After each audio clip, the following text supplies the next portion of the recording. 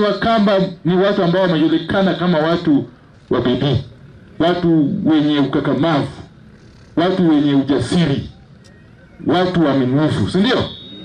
Yes. Ninyi ni watu ambao wanapenda urafiki. Haitawezekana ya kwamba wakati Kenya inasonga mbele ati watu wa Wakamba wanarudi nyuma. Hapana.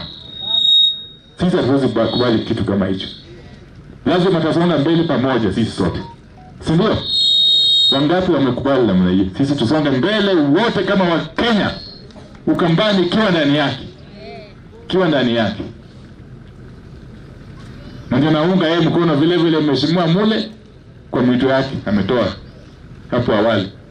Ya kwamba hata kiongozi wetu Mheshimiwa Kalonzo Musyoka tunamhitaji ajiunge na serikali, tufanye kazi tuende pamoja, si ndio?